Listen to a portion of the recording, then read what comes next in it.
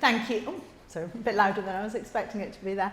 Thank you, Jacob, and thank you, everybody, for being here. It's a real pleasure to be speaking here this morning. It really got me thinking, the title of the session today, Freedom in an Age of Identity Politics, because I think it seems so very contradictory when we think about freedom and restraints today, because in some ways it can seem as if we live in an age of unprecedented personal freedom. Certainly the kind of suburban conformity that was still around when I was a child, the kind of net curtain twitching neighbours who'd grass you up to your mum if you stayed out too late or came home drunk, that kind of seems something from history now. It seems to have been consigned to the past alongside office dress codes and kind of deference to those in authority. And today, when we have kind of freedom for tattoos and piercings, niche diets, music and media on demand, we're all able to express our individuality. And now we're free to bring our whole selves to work, is one slogan. We can dress down in jeans and trainers in the office, or even choose to stay at home and just work from bed instead. And not even biology stands in the way of our self-expression. Unwanted body parts can be removed, we can have others added on, we can take opposite sex hormones until our physical bodies match our mental self-image.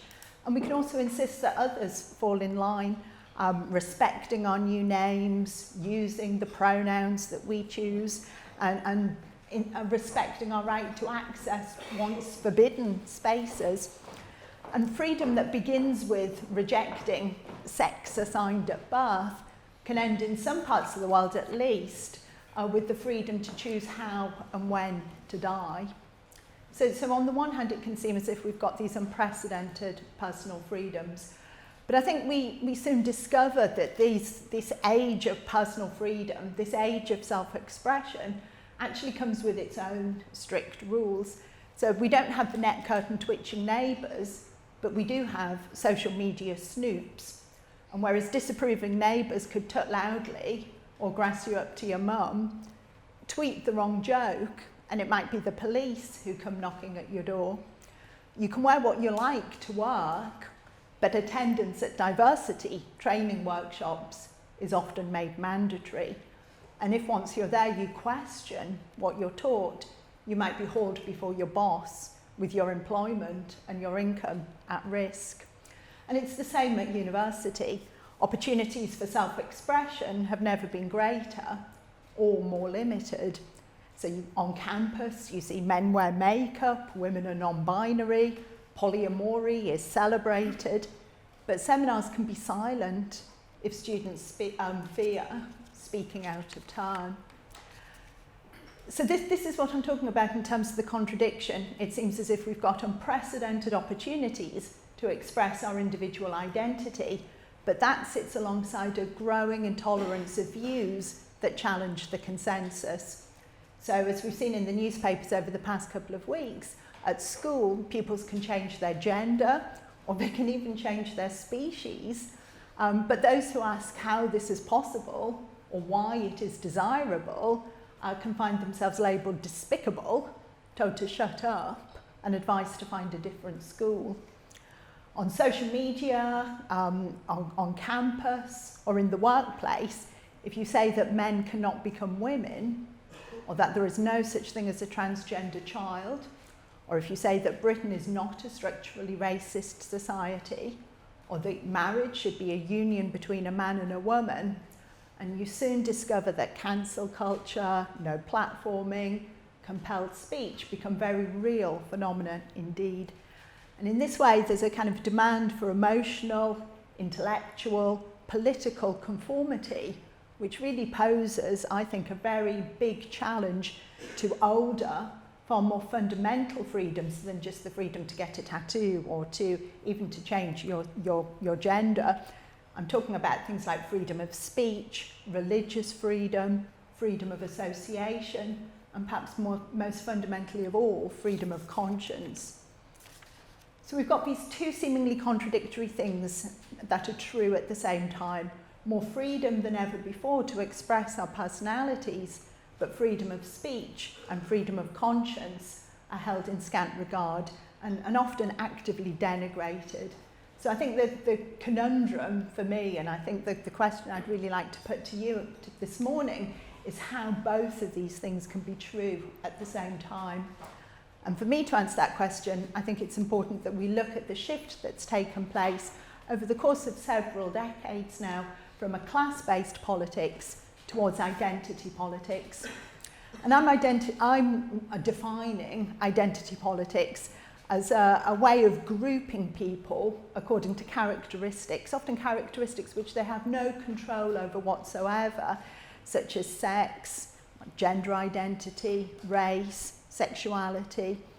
And then it builds in this assumption that each identity group carries with it a particular social status or power, and that groups can be ranked according to these various levels of privilege and oppression, with some groups, for example, maybe black women, considered less powerful than perhaps other groups such as white men. And through a prism of social justice, the demand is that power is then taken away from white men, or privilege is taken away from white men, and kind of given, if it's possible, to give privilege or give extra status to more, what's perceived to be more disadvantaged groups such as black women, in order to kind of level up the playing field, in order to neutralise the power imbalances that are considered to be built into society. So according to this outlook, free speech becomes incredibly problematic as a right, because if it's applied universally, then it simply amplifies the voices of the already privileged. And so you need censorship, or self-censorship even better, in order to give more oppressed groups a platform and to actually create equality. So that's the logic, I think, that's coming from the people who are arguing we need censorship, we need to question free speech. But I think one immediate problem with this approach is that a focus on group identity really obliterates individuality. I mean, it assumes that all members of that group share a common experience and wish to label themselves accordingly, that they all have the same political outlook.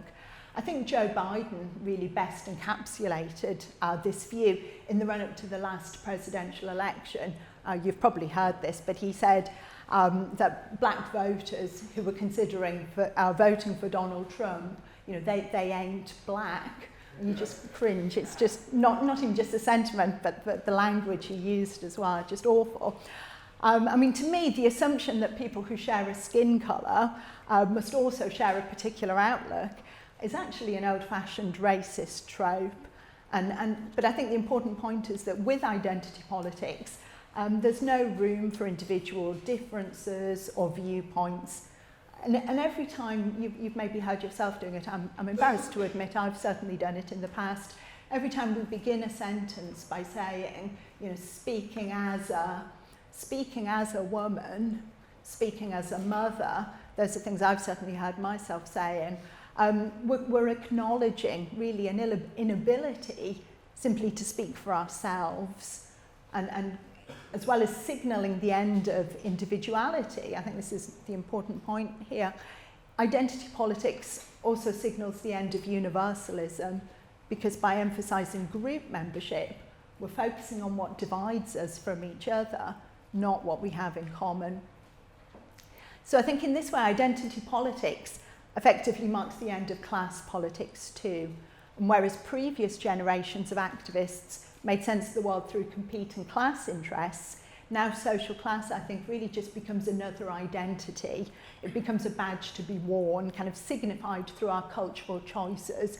You know, do you prefer Greggs or Pret-a-Manger? Where do you get your clothes from? Where do you go on holiday? Those things, as much as job and income, become kind of markers of your social class and part of your identity in that very fixed kind of way. And they're considered no more influential, really, in determining people's life chances than any other characteristic that you might happen to have. And I think it's really the left's rejection of class, and more particularly the rejection of the working class, as a powerful agent of political change, And it's kind of subsequent search then for a new constituency amongst different identity groups that's allowed identity politics to become so dominant today. Because whereas a focus on social class spoke to a political project that moved beyond the individual to allow us to forge solidarities that transcended race, gender, sexuality, identity politics really abandons those universal objectives, and it means that we turn our focus inwards, that we're expected to focus on ourselves, but it's not a strong, powerful sense of self where we have things in common with other people. What we find when we look inwards is a fragile self, and rather than seeking to change society then, we seek only to change our own bodies or to change ourselves, and we're constantly striving for recognition of our identity.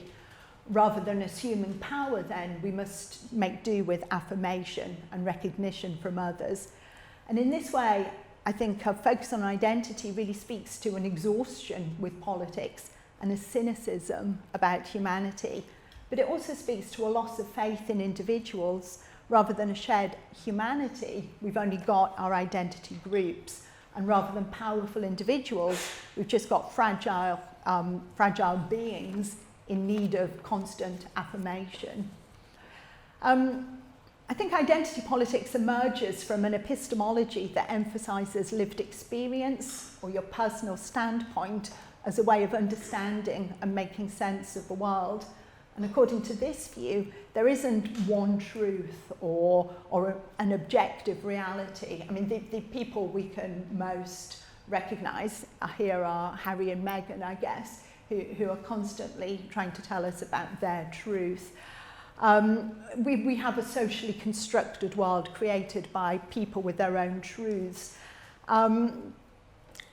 It's interesting, again, it's another contradiction. I'd be keen to hear people's views on this, because it seems to me that although identity politics erases a strong sense of individual autonomy and agency, really its founding mantra is this idea that the personal is political. And embracing the personal has come to be seen as a vital tool in the struggle against oppression. And personal has become how we do politics today. So in order to challenge structural racism, sexism, homophobia, transphobia in the police or education, the family, the idea is that we need to make room for lived experience, and that proclaiming identity becomes the number one way of challenging existing paradigms of privilege and oppression. So proponents of identity politics would point out that it's not good enough simply to highlight statistics showing that the police or universities are not racist institutions if they can point to the lived experience of people who tell a different story. So in a political context nowadays that denigrates both individual agency and universalism, I think sadly that leaves freedom as a really hollow concept. It comes to be understood as little more than a consumer choice. It's the power to opt for one brand over another, or indeed opt out of choosing any brand altogether. It becomes a lifestyle choice to go vegan or raise gender-neutral children. And in turn, these lifestyle choices that we make, which I actually think are kind of whether I choose Coke or Pepsi, you know, it's not a major political thing, or drink Bud Light or don't drink Bud Light.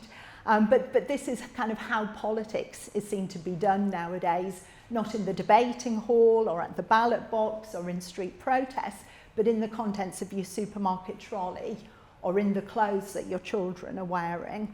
And so kind of mundane, I think actually quite boring aspects of people's lives are assumed to be kind of significant political statements.